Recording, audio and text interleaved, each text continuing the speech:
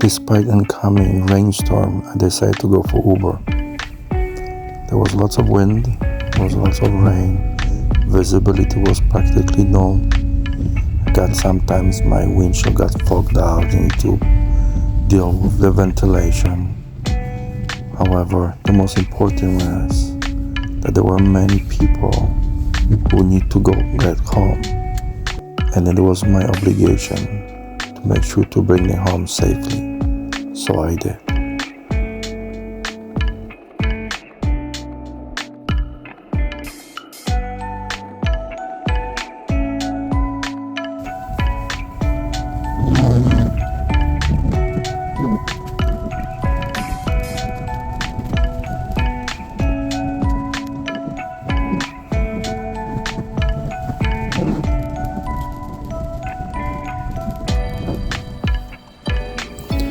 Driving at night in a city has its perks.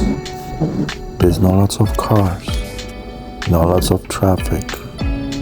You get to your destination safe and sound.